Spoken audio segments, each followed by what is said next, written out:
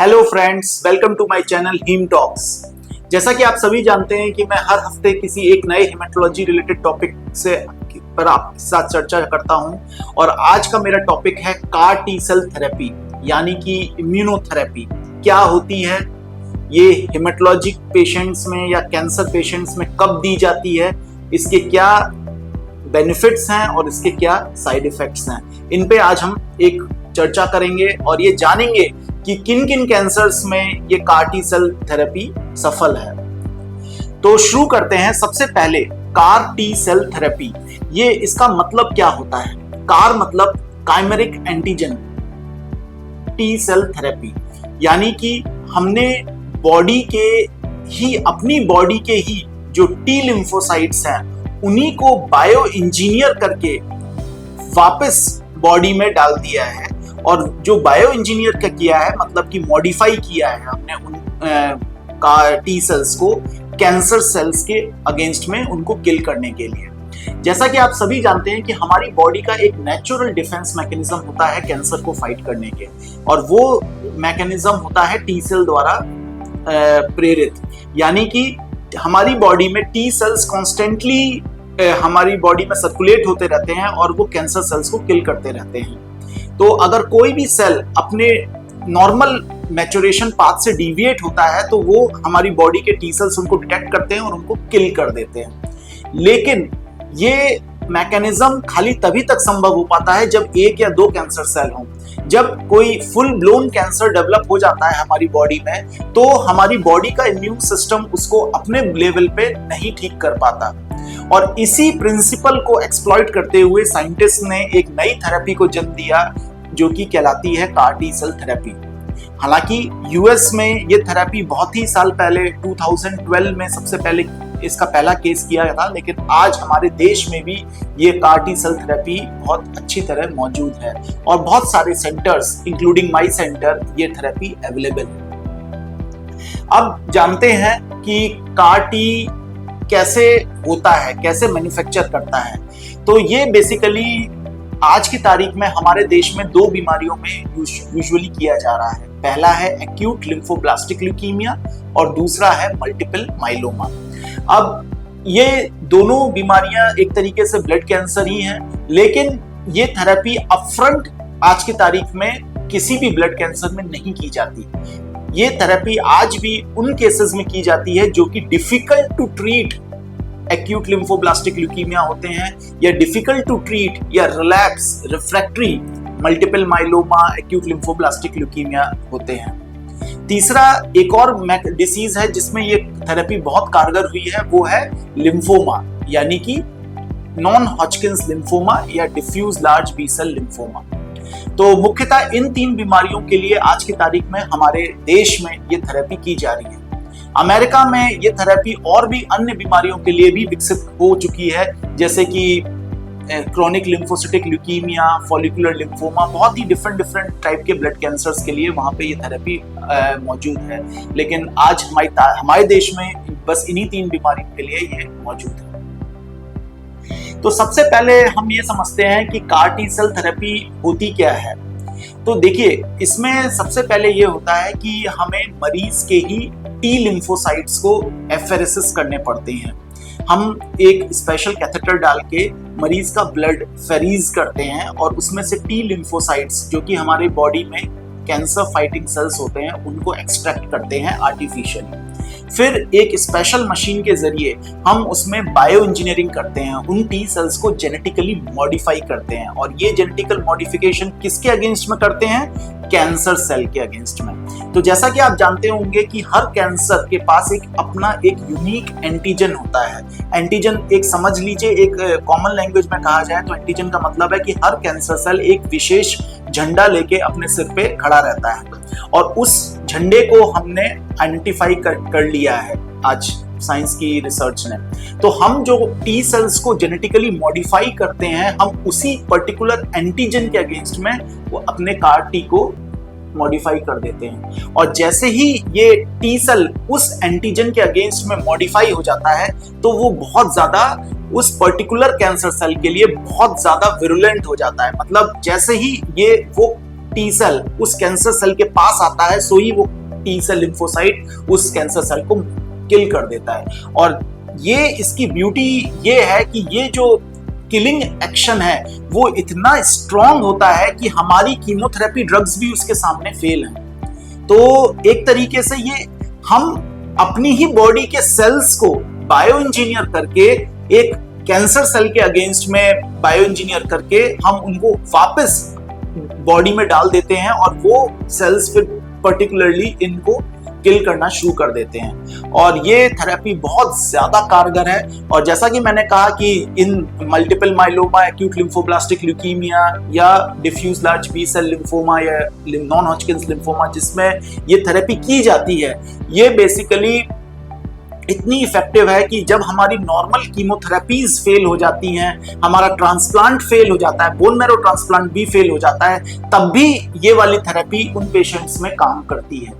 और ये इतना अच्छे रिजल्ट्स हैं इस थेरेपी के कि जो पेशेंट आज से 10 साल पहले जिनको हम कभी बचाने की सोच भी नहीं पाते थे बिकॉज वो अपना दम तोड़ देते थे कैंसर के से, आज वो पेशेंट्स भी बच पा रहे हैं सिर्फ इस थेरेपी की बदौलत।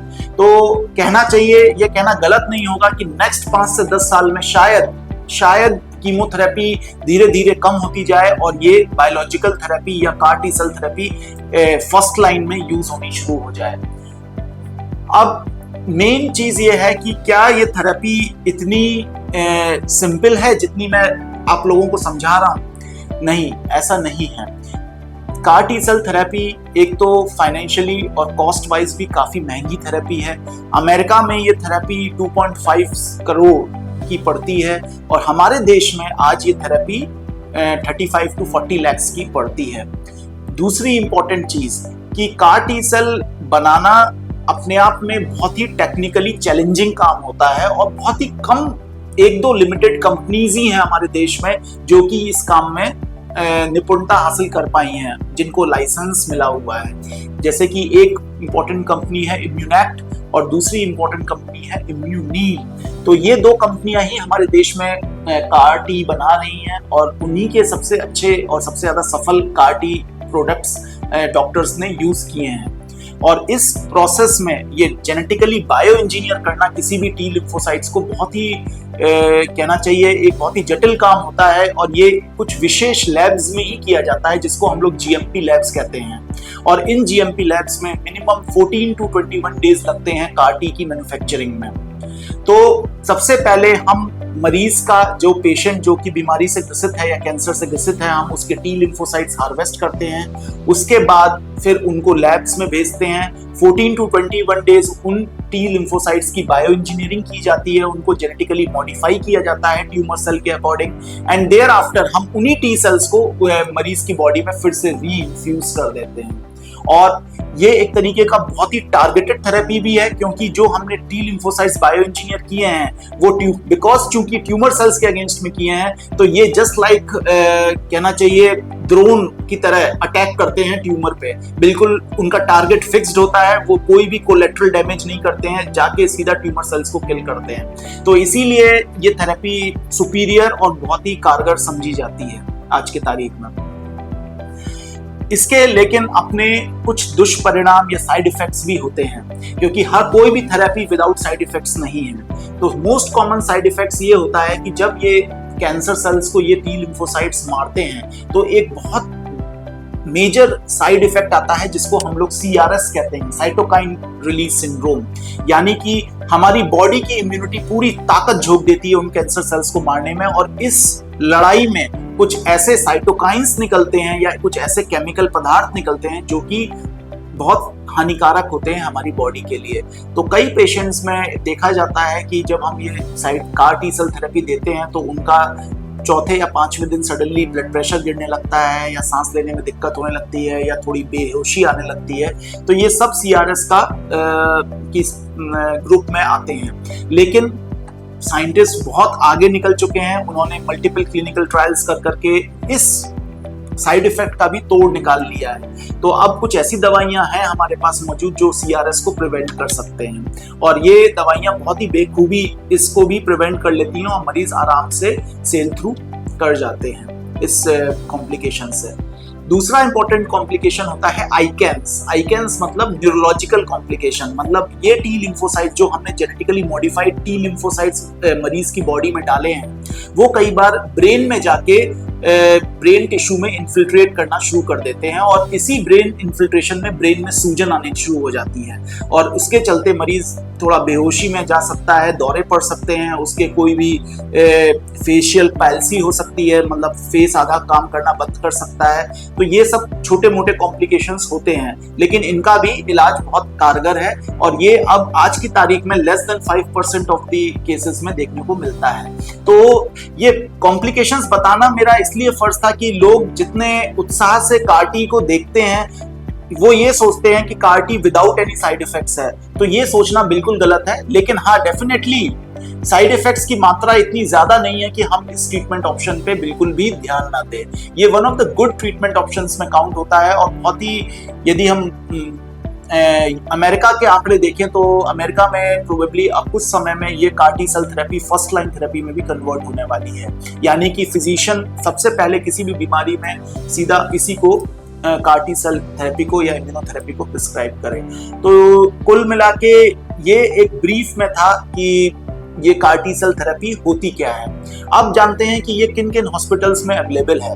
तो जैसा कि बहुत सारे हॉस्पिटल साउथ में, नॉर्थ इंडिया में और साउथ इंडिया में इस थेरेपी को कर रहे हैं, इंक्लूडिंग माई मेदांता हॉस्पिटल, जहाँ पे मैंने भी 3 केसेस या CAR-T सेल थेरेपी के कर चुका हूँ।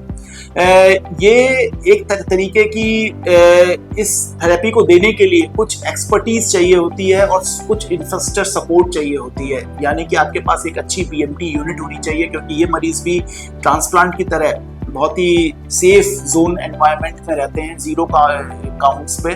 तो हमें बहुत अच्छी नर्सिंग केयर, जहाँ पे नर्सेस ट्रेंड हों, और यदि शॉर्ट में कहा जाए तो उन सेंटर्स को ही CAR-T सेल थेरेपी करनी चाहिए जहाँ पे बोन मैरो ट्रांसप्लांट्स बहुत फ्रीक्वेंटली हो रहे हों, क्योंकि वहीं पे वहाँ का जो नर्सिंग स्टाफ है वो कॉम्प्लिकेशंस को हैंडल करने में ज़्यादा कहना चाहिए एक्सपीरियंस्ड होता है और वो ज़्यादा अच्छी तरह कॉम्प्लिकेशंस को हैंडल कर भी पाते हैं वो सेंटर्स, और उनके रिजल्ट्स थोड़े बेटर भी होते हैं।